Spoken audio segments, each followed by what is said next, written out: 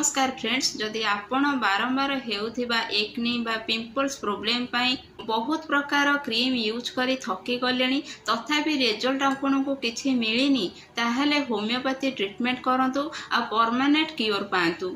आज मु आपणको पाई होमियोपैथी रो गोटे बहुत भलो क्रीम नै कि आसीची ताहा हैला हाफोर्ड को कंपनी रो एक्वी प्लस क्रीम।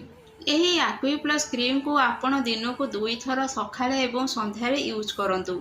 यह खाली आपणकर पिंपल्स प्रॉब्लम को सॉल्व करि न थाए, ता सहित black head white head problem को मध्य सॉल्व करि थाए।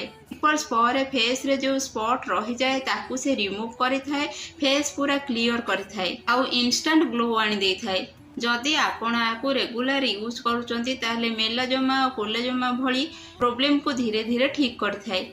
यह बहुत बढ़िया एंड इफेक्टिव क्रीम अटे, एथिरे कौनसी भी केमिकल्स नहीं। आपण जदि ए क्रीम को यूज करना ताहले गोटे थर यूज करंतु एवं तार रिजल्ट मते कमेंट सेक्शन में जणातु। हाँ, ता सहित आपण को एक्नी पिंपल्स ब्लैक हेड किंबा व्हाइट हेड रो समस्या अछि कि ना लिखि कमेंट करंतु। मु चेष्टा करिवि आपण को कमेंट रो रिप्लाई दबाकू।